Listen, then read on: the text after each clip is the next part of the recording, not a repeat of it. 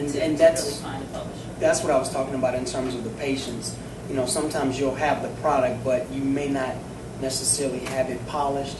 And when you have that advice, when you have that counsel, when you have someone constantly looking over your work and letting you know, okay, this is what you want to do. Because I admit, when I submitted my manuscript, Cheryl sent it back with some changes, and at first I was against those changes because I was like, I do not want to take this word out. This word is what makes this piece powerful. And then Cheryl was saying, well, this word is what's going to make this piece limited. So it's humbling when you think you know what you have, and then you get counsel from someone who's been there, who's done that, and it may not necessarily be what you wanted. So I tried to exercise some discipline and just an open heart. And sure enough, those changes actually made the book a lot more marketable. Because it was, because as poets, you just say what you feel. I feel this, I write it. I say this, I write it. And sometimes when you are trying to, get your message out, sometimes you don't have to hide your voice, but you have to shade it in a way that you can make it more marketable. And when I say more marketable, I don't mean the ability to sell more units. Yeah, it's not like selling out. Right. I'm not trying to change things in the book to sell more units. I'm trying to change, or I try to follow Cheryl's advice in the way that it can get to more people. Because sometimes saying certain things in a certain way will only get to one group of people.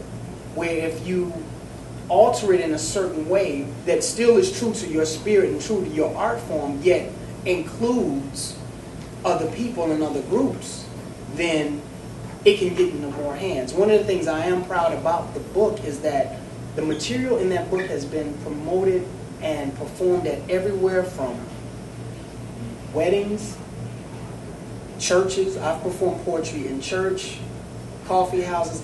I even performed a poem at someone's gravesite. A friend of mine actually asked me to write a poem for his grandmother and perform it at the burial. And that was when I really knew that, okay, this thing is serious. When someone asks you to write a poem about their grandmother and perform it in front of all these people you don't know, it was weird for me, but it was fulfilling because it was God's way of telling me that something that you do is touching somebody to the point that they want you to include that part of who you are in the homegoing celebration of an elder.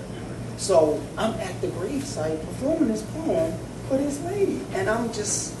It's surreal. It's surreal, and that's a whole different audience. So the thing I am proud about the material is that some of the material is of an adult nature, but none of it is, it's all age appropriate. It's all age appropriate. So I have everyone from 5th graders to grandmothers who have the book. It's nothing in the book that would make somebody say, "Oh no, I don't want this." And I'm happy about that because I wanted it to be that way. Well, and sometimes people can self-select out and decide that they through their own beliefs or their own perceptions that they can't hear what you need to say based on some judgment they've made. So what you're saying is you try to remove the obstacles, the barriers that might prevent people from being able to receive your work. And that, I think, is fair when your mission is what yours is, which is helping to heal and inspire. You have to find a way to talk to and touch people, and you were willing. And it's an artist's prerogative whether they're going to make those changes ultimately, but your mission superseded exactly that word, those words, exactly. those particular words, and that's an individual choice, from author or poet to the next author. But that's a good way to put it. Yeah, the desire to get the book out into more hands superseded the desire to use a particular word. Yeah. Right, and to have people touch that. Are there any other questions before we have our second poem? I will say, before I go into the second poem, that one of the great things about performing poetry is that it gives you a platform to produce product and service. And when I mean service in two ways. Service meaning, one, how you help someone do something, and then service in terms of how you donate things. So, training someone, physical fitness training, that's a service. But also working at a soup kitchen, passing out clothes at a homeless shelter, that's service. And the book and the spoken word has allowed me to speak at a lot of different places. To speak at churches, to speak at graduation, commencement speeches, to speak at universities.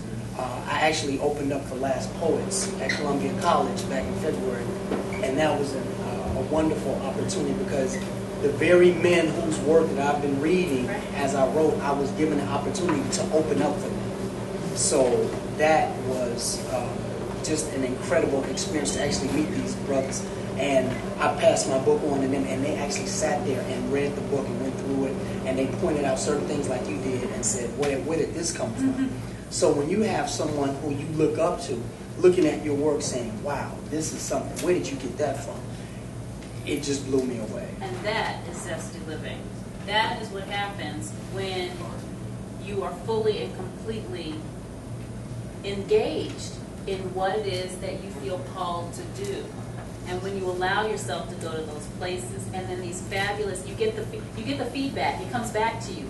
You put it out, it comes back. It's like the law of attraction in full force. And that's the way we want to be living, where you have those affirmative experiences with other people. You may not know these people, but you touch them and they touch you, in their response.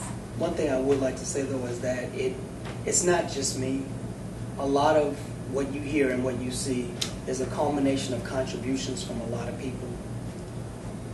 People who I grew up with, the matriarchs on my block, the old men who used to coach our baseball teams, fellow poets when I first started who actually opened up their stages and their open mics for me to give me the opportunity, those who gave me honest, candid criticism, those who booed me, those, who, just all of that, all of those experiences kind of make you who you are. And I want to make sure that everybody understands that who I am is not simply because, I'm just this or I do. It's a combination of God's blessing. It's a combination of His plan for my voice. And it's also a combination of contributions of everyone who's been a part of my life, who sort of, they speak through what you read. Thank you. It all matters.